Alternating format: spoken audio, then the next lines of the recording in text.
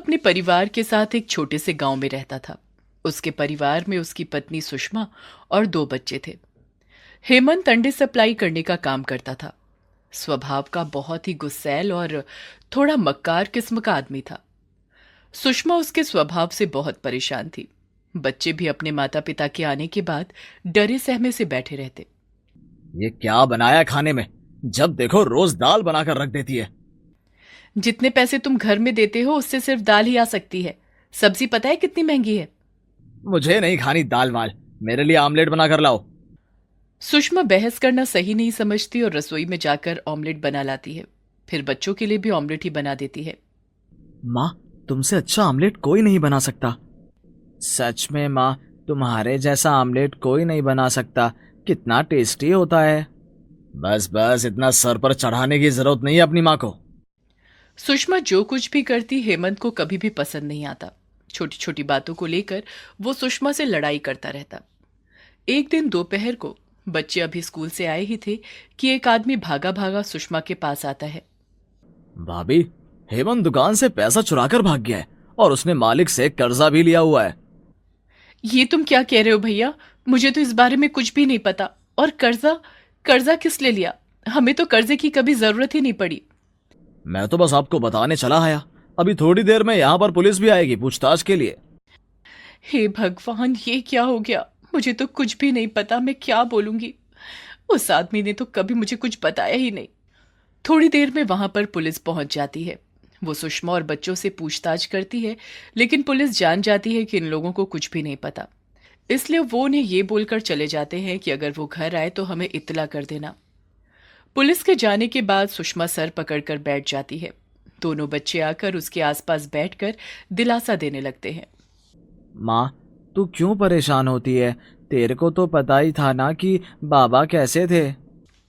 हम है ना माँ, सब मिलकर कर लेंगे। रोते रोते सुषमा अपने बच्चों को गले लगा लेती है। अब उसके सामने आगे का समय बिल्कुल अंधकार में दिख रहा था। वो तो पढ़ी लिखी भी नहीं थी कि कहीं नौकरी कर लेती। क्या काम करेगी ये भी वो नहीं सोच पा रही थी। अभी तो वो इस दुख से भी नहीं उबर पाई थी कि हेमंत उन्हें धोखा देकर चला गया है। 2-4 दिन इसी तरह निकल जाते हैं। मरता क्या न करता। आखिर में सुषमा को काम के लिए घर से निकलना ही पड़ा। पर उसे समझ में ही नहीं आ रहा था कि वो आखिर करे तो क्या करे। शाम के समय वो दोनों बच्चों के साथ बैठी होती है कि तभी माँ, बहुत तेज भूख लगी है। तू हमारे लिए आमलेट बना दे, हम उसी के साथ रोटी खा लेंगे। तभी सुषमा को एक आइडिया आ जाता है। वो जल्दी से बच्चों के लिए खाना बनाकर लाती है और ऑमलेट बनाने के लिए सामान ले आती है। अगले दिन सुबह बच्चों के स्कूल जाने के बाद सुषमा सारा सामान और अंडे की 2 ट्रे और 2 ब्रेड के पैकेट लेकर बाजार में अपनी एक छोटी सी दुकान लगा लेती है। वो पहली बार इस तरह कोई काम कर रही थी तो उसकी घबराहट उसके चेहरे पर भी दिखाई दे रही थी।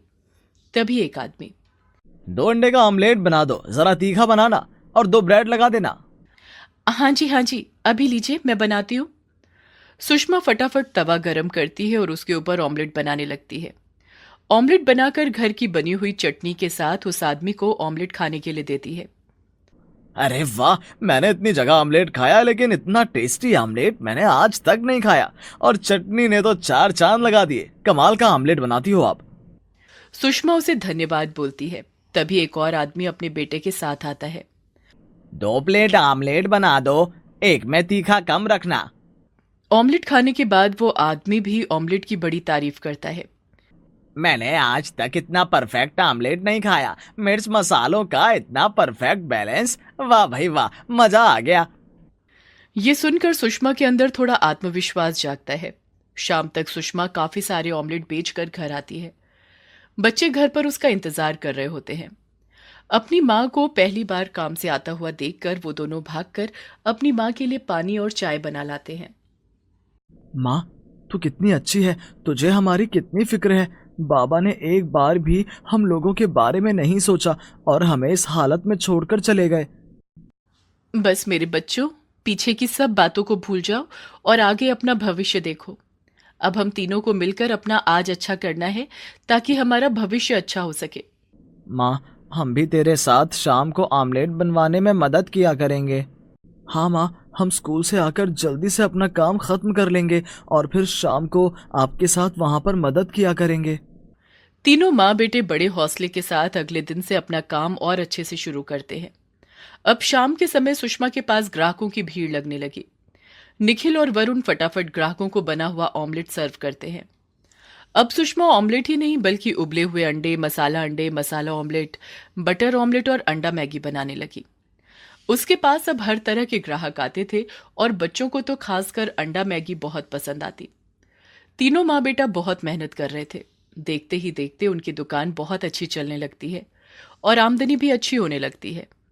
वरुण और निखिल दिल लगाकर सुबह पढ़ाई करते और शाम को अपनी माँ की मदद करते हैं। बस माँ, कुछ दिन की बात है, फिर हम लोग अपनी पढ़ाई पूरी कर लेंगे और कहीं ना कहीं अच्छी नौकरी भी करने लगेंगे। भाई, मैं तो नौकरी वोकरी नहीं करूँगा, मैं तो बस माँ के काम को आगे बढ़ाऊंगा। मैं कहता था ना माँ कि तुझसे अच्छा आमलेट और कोई नहीं बनाता। देखो, आज तुम्हारे हाथ का आमलेट कितना फेमस है। मेरे बच्चों, मैं जानती हूँ तुम सुबह से लेकर रात तक लगे रहते हो, कितनी मेहनत करते हो। देख लेना, भगवान एक दिन तुम्हारी मेहनत का फल तुम्हें जरूर देगा। धीरे धीरे समय बीतता है और सुषमा के दोनों बच्चे अपनी पढ़ाई खत्म कर लेते हैं। वो अपनी माँ का साथ इसी तरह देते हुए आ रहे थे। वरुण ने तो पहले से ही ठान लिया था कि जैसे ही उसकी पढ़ाई खत्म होगी वो कहीं एक छोटी सी दुकान कर लेगा।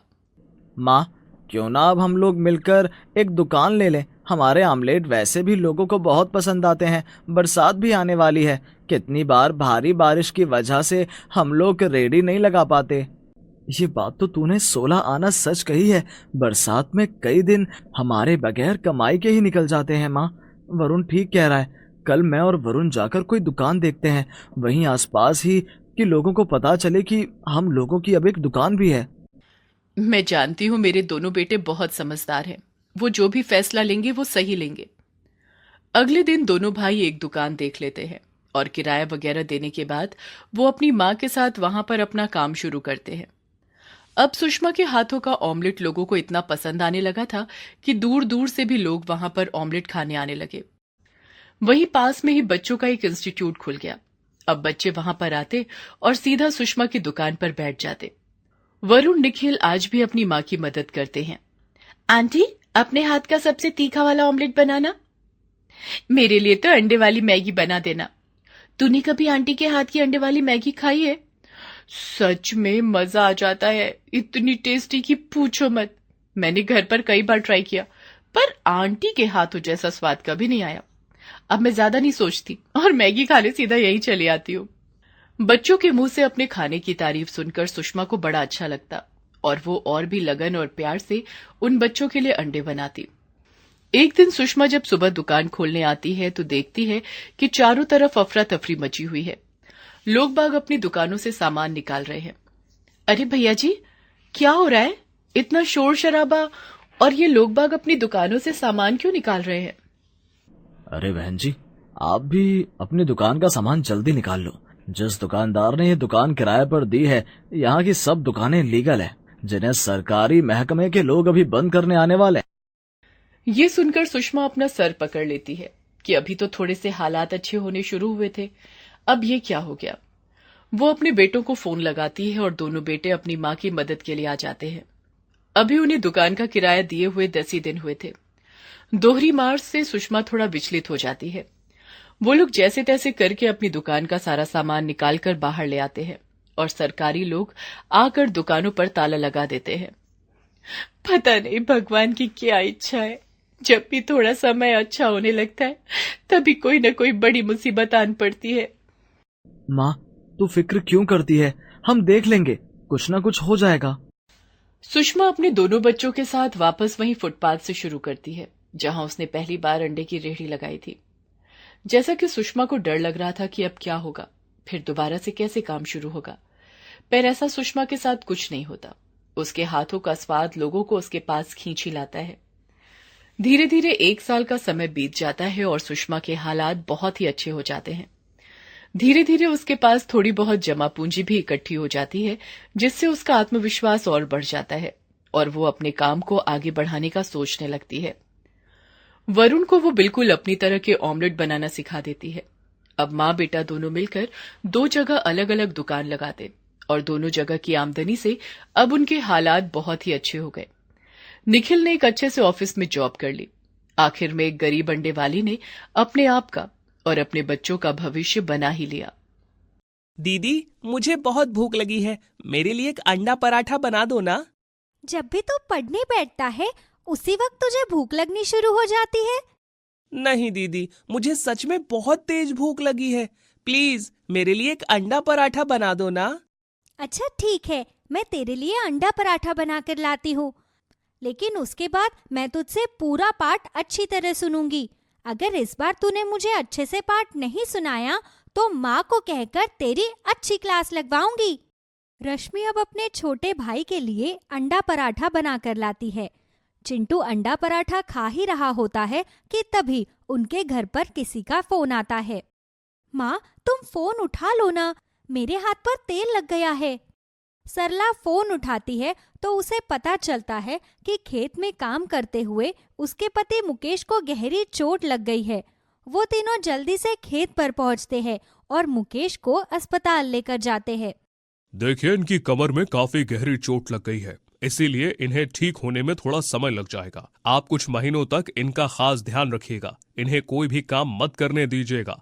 कुछ महीने बाद ये बिल्कुल ठीक हो जाएंगे। रश्मि अपने पिता को लेकर घर आ जाती है और सभी घर वाले बहुत अच्छी तरह से उनकी देखभाल भी करते हैं। लेकिन उनके घर में सिर्फ उनके पिता ही कमाने वाले थे, इसलिए उन्हें चोट लग जाने के बाद उनकी आर्थिक स्थिति बहुत खराब होने लगती है। माँ, मुझे अगली क्लास के लिए बाजार से किताबें खरीदनी है, मुझे किताबें खरीदने के पैसे दो ना। बेटा, मेरे पास तो अब बिल्कुल भी पैसे नहीं बचे हैं। जो पैसे बचे थे उनसे तेरे पिताजी की दवाई ले आई। तू थोड़े दिन तक अपने दोस्तों से किताब मांगकर पढ़ाई कर ले, थोड़े दिन बाद मैं तेरे लिए नई किताबें खरीद दूंगी। लेकिन माँ, अगर मैं कल किताबें लेकर स्कूल नहीं गया तो मेरी टीचर मुझे बहुत मारेगी। मैं क्या करूं बेटा, मेरी भी तो मजबूरी है। मैं एकदम से तेरी किताबों के लिए पैसे कहाँ से लेकर आऊं? तो चिंता मत कर चिंटू, मैं तेरे लिए टीचर से बात कर लूंगी। और माँ, मैं सोच रही हूँ कि घर का खर्चा चलाने के लिए मैं अपना अंडा पराठे का एक ठेला खोल लूं। वैसे भी मेरे हाथ के अंडा पराठे सभी को बहुत पसंद आते हैं। जब तक पिताजी ठीक नहीं हो जाते तब तक हम अंडा पराठे बेचकर ही अपना खर्चा चला लेंगे। लेकिन हमारे पास ठेला खरीदने के पैसे कहाँ हैं? और बिना ठेले के तू अंडा पराठा कैसे बेचेगी? अरे दीदी, हमारे पास वो पिताजी की पुरानी रेहड़ी है ना, हम उसी को ही एक ठेले की तरह इस्तेमाल करेंगे। अरे वाह चिंटू, तूने तो मेरी ये परेशानी भी खत्म कर दी। अब रश्मि अपने पिताजी की पुरानी रेहड़ी की मरम्मत करके उसे ठीक कर लेती है और अगले दिन से अंडा पराठा बनाने का सारा सामान लेकर बाजार में पहुंच जाती है। उसके अंडा पराठे की सुगंध से जल्द ही उसके ठेले पर ग्राहकों की भीड़ लग जाती है। अंडा पराठा की खुशबू तो बड़ी ही कमाल की आ रही है। भाई साहब, इस अंडा पराठे की खुशबू ही नहीं बल्कि इसका स्वाद भी बहुत अच्छा है। आप एक बार खाकर तो देखिए। अच्छा, मुझे एक अंडा पराठा दे दो, हरी चटनी थोड़ी ज्यादा लगाना। ठीक है भैया, ये लीजिए। ग्राहक अब उस अंडा पराठा को खाता है तो उसे उसका स्वाद बहुत ही पसंद आता है। वो रश्मि के अंडा पराठा की तारीफ कर ही रहा होता है कि तभी रश्मि के अंडा पराठा स्टॉल पर लोगों की भीड़ लग जाती है। मुझे भी एक अंडा पराठा देना। मेरे लिए डबल एग अंडा पराठा देना। अपने काम के पहले ही दिन रश्मि के ठेले पर इतनी भीड़ लग जाती है कि उसके लिए अकेले काम संभालना मुश्किल हो जाता है। तभी वहां से गुजर रहे एक पुलिस वाले की नजर रश्मि के ठेले पर पड़ती है। वो शाम को सभी ग्राहकों के जाने के बाद रश्मि के ठेले पर आता है। आज देखा मैंने, काम तो तुम्हारा बहुत अच्छा चल रहा है। जी साहब, मैंने आज ही ये ठेला लगाया है। क्या आपको भी अंडा पराठा खाना है? नहीं नहीं, मुझे कोई पराठा नहीं खाना है। मैं तो यहाँ तुमसे इस ठेले को लगाने का हफ्ता लेने आया हूँ। हफ्ता? कैसा हफ्ता? मैं कुछ समझी नहीं साहब। देखो तो कैसी भोली बन रही है। हफ्ता मतलब पैसा। अगर यहाँ ठेला लगाना है तो मुझे रोज के 300 रुपए देने होंगे, वरना अगले दिन से तुम्हारा ये ठेला यहाँ दिखेगा नहीं। ये आप क्या कह रहे हैं साहब? एक तो मेरे पिताजी वैसे ही बीमार है। इस ठेले के कमाए हुए पैसों से मुझे अपने घर का खर्चा और उनकी दवाइयों का खर्चा भी निकालना है। अगर इसमें से मैं हर रोज आपको 300 रुपए दूंगी तो मुझे तो कुछ बचेगा ही नहीं। वो सब मैं कुछ नहीं जानता लड़के। यहाँ पर जितने भी लोग ठेला लगाते हैं वो सब मुझे हफ्ता देते हैं। चल आज के 300 रुपए निकाल, वरना अभी के अभी यहां से तेरा ठेला उठाकर ले जाऊंगा। पुलिस वाले की बात सुनकर रश्मि डर जाती है और पुलिस वाले को पैसे दे देती है। अब वो पुलिस वाला हर रोज रश्मि के ठेले पर आकर उससे पैसे ले जाता है, जिस वजह से रश्मि को अपने काम में बहुत घाटा होने लगता है। मेरे आज के पैसे कहाँ हैं? जल्दी से मुझे मेरे पैसे दे। देखिए साहब, मेरे पास आपको देने के लिए कोई पैसे नहीं है। मुझे जाकर अब अपने पिताजी की दवाइयाँ लानी है। मैं अब आपसे डरकर आपको और पैसे नहीं दूंगी। अच्छा तो ऐसी बात है, नहीं देगी तू मुझे पैसे? देख अब मैं क्या करता हूँ। वो पुलिस वाला अब हवलदार को इशारा करता है और वो हवलदार आकर रश्मि के ठेले को वहां से उठाकर थाने ले जाता है। ये आप क्या कर रहे हैं साहब? ये तो मेरी रोजी रोटी है, इसे मुझसे क्यों छीन रहे हैं? अपना ठेला लेने के लिए रश्मि पुलिस इंस्पेक्टर के सामने हाथ जोड़ने लगती है, लेकिन वो पुलिस वाला रश्मि को दुत्कार कर जोर जोर से हंसने लगता है। क्या कहा? तुझे तेरा ठेला वापस चाहिए? तो आकर ले जा थाने से, बस जुर्माने के 10,000 रुपए जमा करवा दियो। 10,000 रुपए? लेकिन किस बात के साहब? मैंने तो कुछ किया भी नहीं है। मुझे पैसे देने से मना किया था ना, तो अब भुगतना तो पड़ेगा ही। या तो पैसे देकर ठेला छुड़ा ले या फिर आराम से अपने घर बैठ। देखिए साहब, या तो आप मुझे मेरा ठेला वापस दे दीजिए या आपके खिलाफ पुलिस स्टेशन जाकर बड़े साहब से कंप्लेंट करूंगी। अच्छा तो तू मेरी कंप्लेंट करेगी? अभी बताता हूं तुझे। इतना कहकर वो पुलिस वाला रश्मि को एक जोरदार धक्का मारता है और अपनी गाड़ी में बैठकर वहां से चला जाता है। धक्का लगने की वजह से रश्मि का सर दीवार से जाकर टकरा जाता है। पुलिस इंस्पेक्टर की उन हरकतों को पास में खड़ा एक लड़का देख रहा होता है। जैसे ही रश्मि को चोट लगती है, वैसे ही वो लड़का रश्मि के पास आकर उसके माथे पर लगे खून को साफ करने लगता है। तुम चिंता मत करो, तुम्हारा ये ठेला मैं तुम्हें वापस दिलवा कर ही रहूंगा। पहले तुम मेरे साथ डॉक्टर के पास चलो। वो सब तो ठीक है, लेकिन तुम हो कौन? मेरा नाम पवन है। यहाँ पास में जो कॉलेज है मैं वहां पढ़ता हूँ।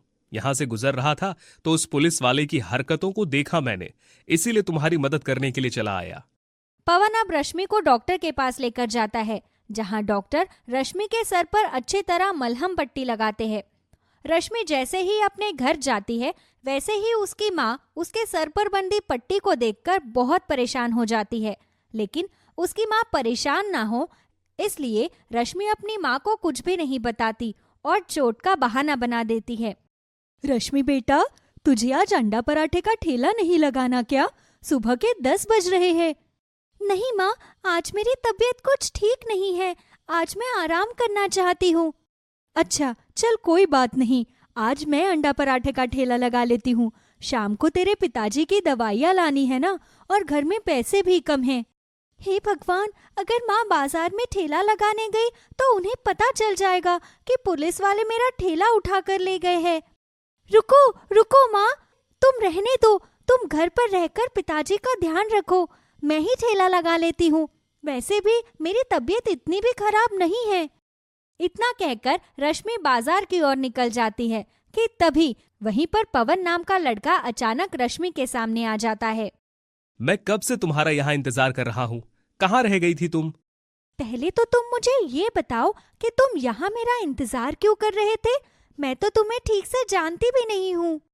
तुम भले ही मुझे नहीं जानती, लेकिन मैं तुम्हें अच्छे से जानता हूँ। बहुत बार तुम्हारे ठेले से अंडा पराठा खरीद कर खाया है मैंने, और मैं तुम्हें तुम्हारा ठेला भी वापस दिलवा सकता हूँ। लेकिन वो कैसे? वो पुलिस वाला बहुत ही बेकार है। अगर तुमने मेरी मदद करने की कोशिश की तो वो मेरी तरह तुम्हारे भी पीछे पड़ जाएगा। तुम उसकी चिंता मत करो, वो मैं सब संभाल लूंगा। पवन अब रश्मि को पुलिस स्टेशन लेकर जाता है, जहां वो सीधे एसीपी सर के कैबिन में जाता है। ये तो एसीपी सर का कैबिन है। अरे बेटा पवन, तुम यहाँ पर? Is everything all right? नहीं पापा, कुछ भी ठीक नहीं है। ये मेरी दोस्त है रश्मि, ये बाजार में अपना अंडा पराठे का ठेला लगाती हैं और आपका इंस्पेक्टर मनोज शर्मा हर रोज इससे हफ्ते के पैसे लेता था, और जब इसने पैसे देने से मना कर दिया तो वो इसका ठेला उठाकर यहां ले आया, और अब इसे ठेला छुड़वाने के लिए 10,000 रुपए मांग रहा है। अब आप ही देखिए कि आपको उनसे कैसे डील करनी है। अच्छा, तो ऐसी बात है। मुझे तो पहले से ही उस पर पूरा शक था। कंप्लेंट तो इसके पहले भी मेरे पास आई है, लेकिन आज तक इसके खिलाफ किसी ने कोई गवाही नहीं दी। तुम चिंता मत करो बेटा, तुम्हारा ठेला मैं तुम्हें दिलवा दूंगा। अब एसीपी साहब इस इंस्पेक्टर के पास जाते हैं और उसे सस्पेंड कर देते हैं, जिसके बाद रश्मि का ठेला भी उसे वापस मिल जाता है। Thank you so much sir, आपकी वजह से मुझे मेरा ठेला वापस मिल गया, और तुम्हारा भी बहुत बहुत शुक्रिया पवन। अगर तुम नहीं होते तो मैं कभी भी इस पुलिस इंस्पेक्टर के खिलाफ कंप्लेंट नहीं कर पाती, और ये हमेशा ऐसे ही हम जैसे गरीब ठेले वालों को परेशान करता। कोई बात नहीं रश्मि, तुम्हें मुझे शुक्रिया करने की कोई जरूरत नहीं है। दरअसल मैं तुमसे एक बात कहना चाहता हूँ। मैं इतने समय से तुम्हारे ठेले पर अंडा पराठा इसलिए खा रहा हूँ क्योंकि मुझे तुम अच्छी लगती हो। क्या तुम मुझसे शादी करोगी? पवन की बात सुनकर रश्मि शर्मा जाती है। वो पवन को अपना जवाब देते हुए कहती है, पवन तुम बहुत ही अच्छे लड़के हो, तुम जैसे लड़के से शादी करना तो मेरा सौभाग्य होगा। लेकिन जब तक मेरे पिताजी ठीक नहीं हो जाते तब तक मुझे अपने घर की आर्थिक स्थिति को संभालने के लिए ये अंडा पराठे का ठेला लगाना होगा। जब मेरे पिताजी ठीक हो जाएंगे तो मैं उनसे हमारी शादी की बात करूंगी। ठीक है रश्मि, मैं तुम्हारा इंतजार करूंगा। अगले दिन से रश्मि फिर से अपना अंडा पराठे का ठेला लगाना शुरू कर देती है। इस बार कोई भी पुलिस वाला उससे हफ्ता मांगने नहीं आता, जिस वजह से वो अंडा पराठा बेचकर बहुत ही अच्छा मुनाफा कमाने लगती है। कुछ ही महीनों में वो इतनी तरक्की कर लेती है कि अंडा पराठा के ठेले की जगह वो अपना एक अंडा पराठा का रेस्टोरेंट खोल लेती है। कुछ महीनों बाद उसके पिता की तबीयत भी बिल्कुल ठीक हो जाती है। तब रश्मि अपने पिता से पवन के बारे में बात करती है। रश्मि के पिता को भी पवन बहुत ही पसंद आता है। वो बड़ी ही धूमधाम से पवन के साथ रश्मि की शादी करवा देते हैं, जिसके बाद रश्मि के माता पिता और भाई भी रश्मि के साथ उस अंडा पराठे के रेस्टोरेंट को संभालने लगते हैं, और शादी के बाद रश्मि खुशी खुशी अपने अंडा पराठा के रेस्टोरेंट को संभालती हुई पवन के साथ एक अच्छी जिंदगी जीने लगती है। कलावती एक बहुत ही गरीब औरत थी। उसके 2 बच्चे थे, एक बेटी और एक बेटा। कलावती और उसके 2 बच्चे कालीपुर नाम के एक गांव में रहते थे। कलावती का पति एक हादसे में अपनी जान गंवा बैठा था और बेचारी कलावती को इस दुनिया में छोड़कर चला गया था। उसके सास ससुर भी गुजर चुके थे। कलावती ने शादी के बाद से ही बहुत दुख देखे थे। उसने बड़ी मुश्किल से अपने बच्चों को बड़ा किया था।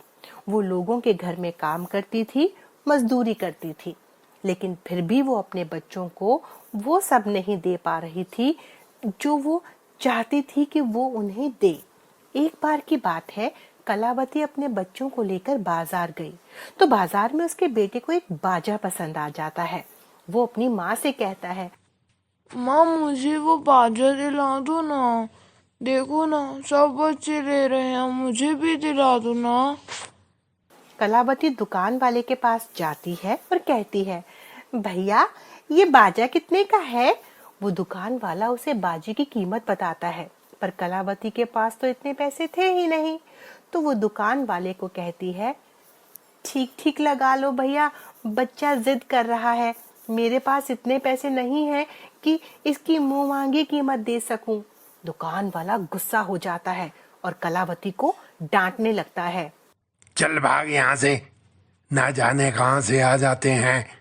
पैसे नहीं है तो क्या फ्री में दे दूं ये खिलौना तेरे बच्चे को?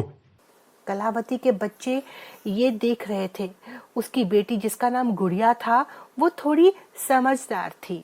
वो अपनी माँ से कहती है, मामा चलो यहाँ से, राजू को नहीं चाहिए ये खिलौना। फिर वो दुकान वाले से कहती है, भैया थोड़ा ढंग से तो बात करो मेरी माँ से, अगर पैसे नहीं हैं तो क्या इस तरह से बात करते हैं? और फिर वो तीनों वहां से चले जाते हैं। रास्ते में उनकी माँ सोचती है, हाय रे मेरी किस्मत, मैं भी कितनी मजबूर हूँ, एक छोटा सा खिलौना भी अपने बच्चों को नहीं दिला सकती। और फिर वो थोड़ी देर बाद अपने घर पहुंच जाते हैं।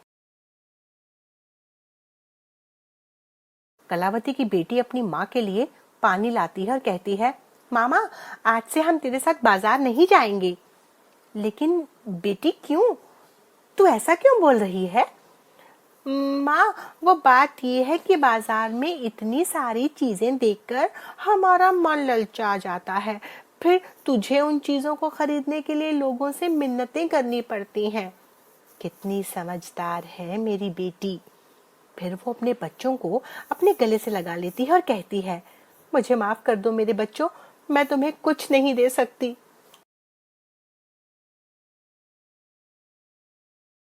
अगले दिन राजू उठता है और अपनी माँ से कहता है, माँ तुम मुझे स्कूल क्यों नहीं भेजती? मेरे सारे दोस्त स्कूल जाते हैं और वो सब मुझे चिढ़ाते हैं। अरे बेटा, तू तो हमारी हालत जानता है। मेरे पास इतने पैसे कहाँ कि मैं तुम लोगों को स्कूल भेज सकूं। और ऐसा कहकर वो अपने काम पर चली जाती है। राजू रोने लगता है और कहने लगता है, मुझे स्कूल जाना है, मुझे स्कूल जाना है। उसकी माँ बाहर जाते जाते ये सब सुन रही थी, पर वो अपने दिल पर पत्थर रखकर काम पर चली जाती है। वो एक घर में काम कर रही थी, तभी उसे ख्याल आता है, आज तो घर पर बच्चों के लिए खाने के लिए कुछ भी नहीं। और फिर वो अपने मालिक से कहती है, साहब थोड़े से पैसे चाहिए, वो घर पर कुछ भी खाने के लिए नहीं है।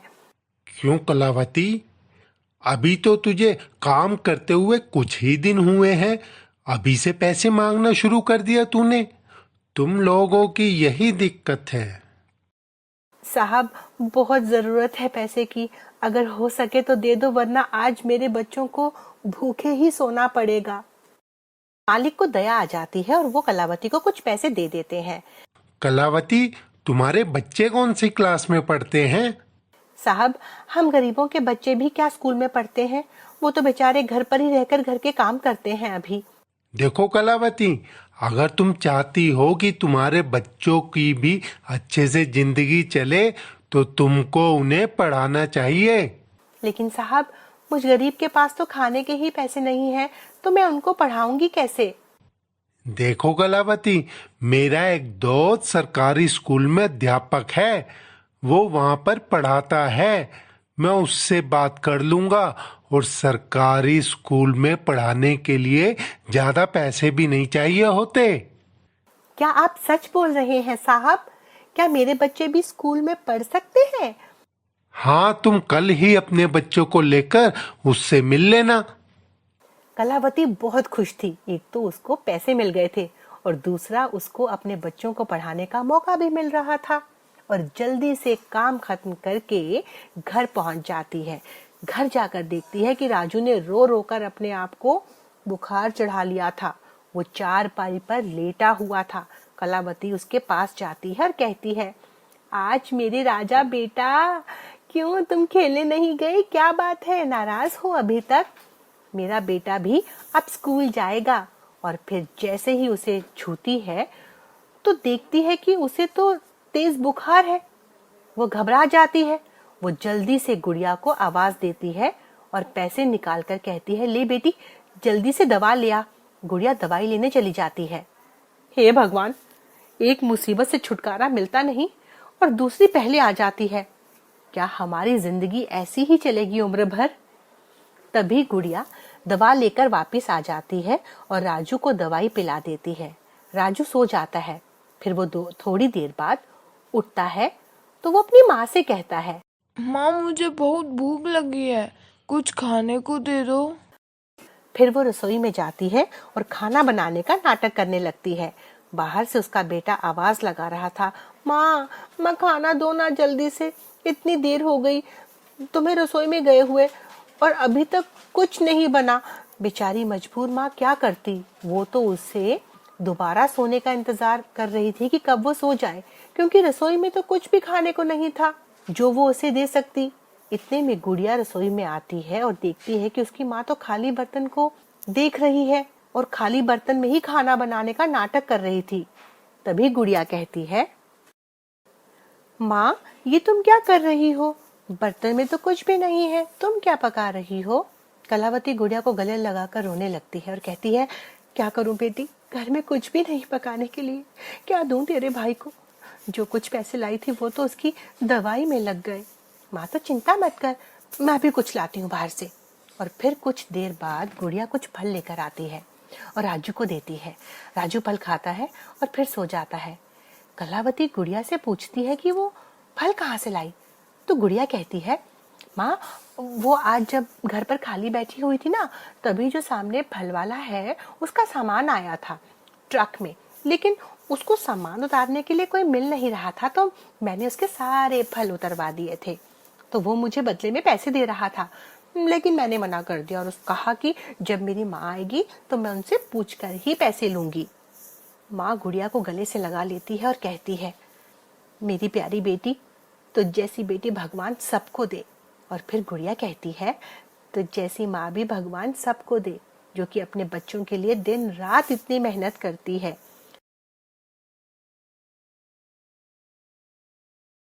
दूसरे दिन सुबह जब कलावती राजू को देखती है तो उसका बुखार उतर चुका था।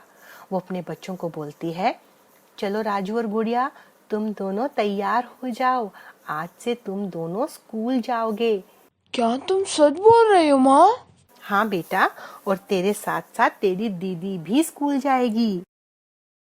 फिर कलावती अपने बच्चों को लेकर सरकारी स्कूल में जाकर उन मास्टर जी से मिलती है और फिर कुछ ही दिनों के बाद उसके दोनों बच्चे स्कूल जाने लगते हैं। और यहाँ से कलावती के जीवन में एक नया मोड़ आता है।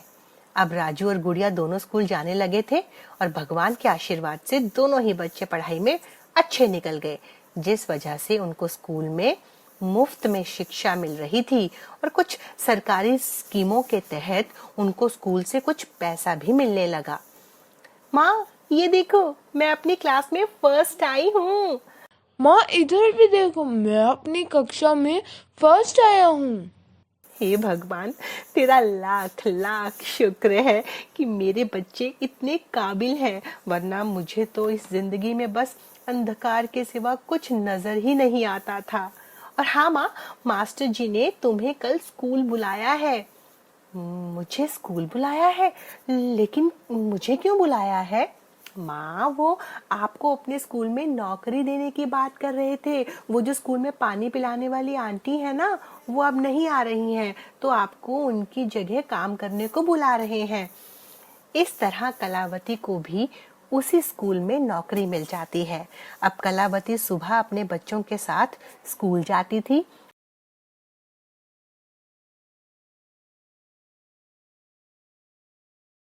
और फिर दोपहर को उनके साथ ही स्कूल से वापस घर आ जाती थी। इस तरह एक मजबूर माँ अपने बच्चों के साथ खुशी खुशी रहने लगी थी। अब उनको खाने के लिए भी इधर उधर नहीं भटकना पड़ता था। स्कूल की तनख्वाह से ही उनका जीवन अच्छे से चलने लगा था। कल्लू और उसके बेटे का जन्मदिन एक ही दिन पड़ता था। कल्लू बहुत ही गरीब था। वो एक बड़े जमींदार के घर पर माली का काम करता था। उसकी पत्नी लोगों के घर पर जाकर उनके घर का काम करती थी। वो दोनों दिन भर अपने अपने काम पर खूब मेहनत करते थे और शाम को अपने घर वापस पहुंचते थे। उनका एक बेटा था जिसका नाम सूरज था। सूरज अब बड़ा हो गया था। अब वो काफी समझदार हो गया था। वो घर के छोटे मोटे खर्चे चलाने के लिए काम कर लेता था, जैसे कि कभी किसी की गाड़ी साफ कर देता या फिर कभी शादी ब्याह में काम कर लेता था। इस तरह उस परिवार का गुजर बसर हो रहा था। सूरज अभी ज्यादा बड़ा नहीं था। उसका भी मन करता था कि वो अपनी उम्र के बच्चों के साथ खेले, मस्ती करे, घूमे फिरे, पर वो ये सब नहीं कर पाता था क्योंकि उसका परिवार गरीबी का जीवन जी रहा था। एक बार की बात है, सूरज घर पर था। उसके पिताजी काम पर गए थे। घर पर माँ और सूरज ही थे। तभी घर के दरवाजे पर एक दस्तक होती है। सूरज दरवाजे की तरफ आता है तो देखता है दरवाजे पर कोई खड़ा है। सूरज उनके पास जाता है और पूछता है, अरे तुम कौन हो? मैंने तो पहले तुम्हें कभी नहीं देखा। दरवाजे पर एक लड़का खड़ा था जो कि सूरज की उम्र का ही था। वो सूरज से कहता है, मेरा नाम राजा है। मैं आज ही इस गांव में आया हूँ। कल मेरा जन्मदिन है और मैं गांव के सब लोगों को अपने घर पर बुलाना चाहता हूँ, लेकिन आज से पहले तो हमें किसी ने अपने घर पर नहीं बुलाया, वो दावत खाने के लिए। वो सब मुझे नहीं पता। कल तुम अपने पूरे परिवार के साथ मेरे घर पर आ जाना, ठीक शाम को 5 बजे। इतना कहकर वो वहां से चला जाता है। सूरज अंदर आता है और अपनी माँ से कहता है, माँ, ये जन्मदिन क्या होता है? वो राजा हम सबको अपने घर पर बुलाने आया था, हम चलेंगे ना माँ? उसकी माँ चुप रहती है। उसे समझ नहीं आ रहा था कि वो सूरज को क्या कहे। वो उसकी बात तो टाल देती है और कहती है, कुछ नहीं बेटा, कल चलेंगे, तू तैयार रहना। ऐसा कहकर वो भी अपने काम पर चली जाती है। शाम को सूरज के पिताजी घर आते हैं। घर आते ही सूरज अपने पिताजी से पूछता है, पिताजी, ये जन्मदिन क्या होता है? उसके पिताजी उसे कहते हैं, कल हम जहाँ पर जा रहे हैं वहाँ जाकर देख लेना कि जन्मदिन क्या होता है। कुछ देर बाद सूरज सोने चला जाता है। कल्लू और उसकी पत्नी बातें कर रहे थे। सुनो जी, कल अगर सूरज वहां से आकर हमसे पूछेगा कि हम उसका जन्मदिन क्यों नहीं मनाते तो हम उसे क्या कहेंगे? तो ऐसा करते हैं, कोई बहाना बना देते हैं वहाँ ना जाने का। अरे तू भी कैसी बात करती है, बेचारा कितना खुश है वहाँ जाने के लिए। बड़े सालों बाद तो हमें किसी ने अपने घर पर बुलाया है।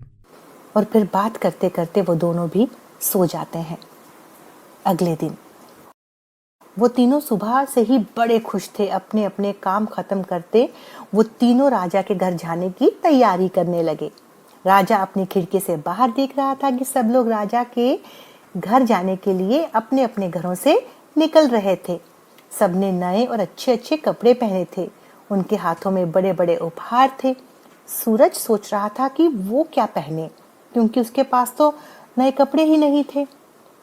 तो वो लोगों के दिए कपड़े पहनकर ही रहता था। वो अपनी माँ के पास जाकर कहता है, माँ, मुझे भी नए कपड़े पहनने हैं। देखो, सब लोग नए और सुंदर कपड़े पहनकर राजा के घर जा रहे हैं। पर उसकी माँ कहती है, अरे बेटा, तू तो ऐसे ही बहुत सुंदर लग रहा है, तुझे नए कपड़े की क्या जरूरत है मेरा राजा बेटा। ऐसा कहकर वो सूरज को प्यार करने लगती है। सूरज मान जाता है और फिर वो अपनी माँ से कहता है, माँ, तू तो नए कपड़े पहन ले। मैंने तुझे कभी अच्छे कपड़ों में नहीं देखा और पिताजी को भी नहीं देखा। देखो ना माँ, सब लोग कितने अच्छे अच्छे बनकर जा रहे हैं। वो जिद करने लगता है, पर उसकी माँ उसे समझाती है और वो तीनों राजा के घर के लिए निकल जाते हैं। जैसे ही कुछ दूर पहुंचते हैं, दूसरे लोग उन्हें देखकर हंसने लगते हैं, क्योंकि वो तीनों बहुत ही गरीब दिख रहे थे।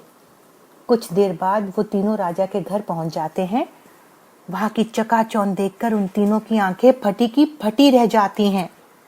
सब लोग उन्हें बड़े अजीब ढंग से देख रहे थे और उन्हें देखकर हैरान भी थे, पर कल्लू ने उन लोगों पर ध्यान नहीं दिया। वो राजा से मिलते हैं। राजा उन्हें खाना खाकर जाने के लिए कहता है। कल्लू, उसकी पत्नी और सूरज पेट भरकर खाना खाते हैं और अपने घर चले जाते हैं और सो जाते हैं। दूसरे दिन, माँ, मुझे भी अपना जन्मदिन मनाना है। माँ, मैं कब पैदा हुआ था? उसकी माँ कहती है, ठीक है बेटा, मना लेना, अभी मैं काम पर जा रही हूँ, शाम को आकर बात करती हूँ। कुछ देर बाद उसके पिताजी आते हैं। सूरज भागकर अपने पिताजी के पास जाता है और पिताजी से भी वही बात कहता है। उसके पिताजी भी उसे वही बात कहते हैं और काम पर चले जाते हैं।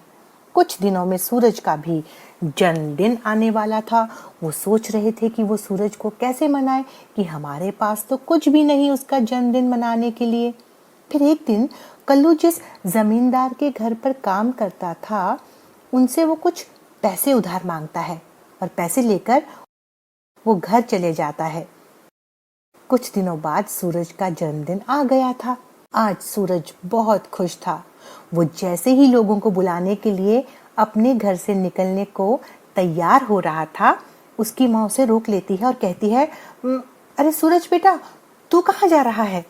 सूरज कहता है, माँ, मैं लोगों को बुलाने जा रहा हूँ। इतने में उसके पिताजी भी वहां आ जाते हैं और सूरज को कहते हैं, अरे बेटा, तू तो जानता है ना तेरे माँ बाप कितने गरीब हैं, वो इतने लोगों का खाना कैसे खिला सकते हैं। सूरज नाराज हो जाता है और कहने लगता है, नहीं पिताजी, मुझे कुछ नहीं सुनना। आज तक मेरा जन्मदिन आपने नहीं बनाया, अब मुझे भी अपना जन्मदिन मनाना है। और गुस्से में घर से बाहर चला जाता है। सूरज की माँ कहती है, तुम चिंता मत करो, मान जाएगा, हम तीनों हैं मिलकर उसका जन्मदिन मनाएंगे। मैंने कुछ पैसे बचा कर रखे हैं, उसी से हम कुछ कर लेंगे।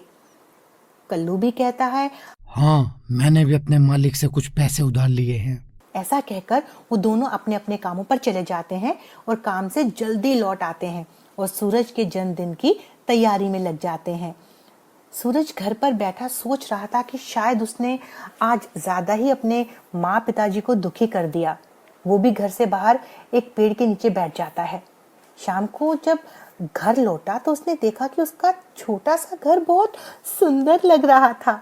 उसके माँ बाप ने भी नए कपड़े पहने थे और एक टूटी सी कुर्सी पर कुछ रखा था। सूरज उसे उठाकर देखता है तो उसमें उसके लिए नए कपड़े रखे थे। सूरज जल्दी से वो कपड़े पहन लेता है और बहुत खुश होता है। फिर उसकी माँ उसकी पसंद का खाना लेकर आती हैं और तीनों मिलकर खाना खाते हैं। सूरज अपने माता पिता को देखकर बहुत खुशी महसूस करने लगता है और अपनी माँ से कहता है, माँ, मुझे माफ कर दो, मैंने सुबह आप दोनों पर गुस्सा किया। माँ, थोड़ी देर के लिए मैं भूल गया था कि मैं क्या हूँ, लेकिन माँ तुम देखना, एक दिन मैं भी बड़ा आदमी बनूंगा और फिर तुम दोनों को राज करवाऊंगा। हाँ बेटा, तू मेरा राजा बेटा है, तू जरूर बड़ा आदमी बनेगा एक दिन। तभी उसके पिताजी वहाँ पर केक भी रख देते हैं। ये है हमारे सूरज का जन्मदिन का केक। सूरज केक देखकर बहुत खुश हो जाता है। बेटा, अगले साल हम इससे भी बड़ा केक लेकर आएंगे तुम्हारे जन्मदिन पर। हाँ बेटा, तुम्हारी माँ ठीक कहती है, अगले साल हम तुम्हारा जन्मदिन और भी अच्छे से मनाएंगे। ऐसा कहकर वो सूरज को गले से लगा लेते हैं। तो इस तरह गरीब का जन्मदिन भी अच्छे से मन गया। तीनों आज बहुत खुश थे।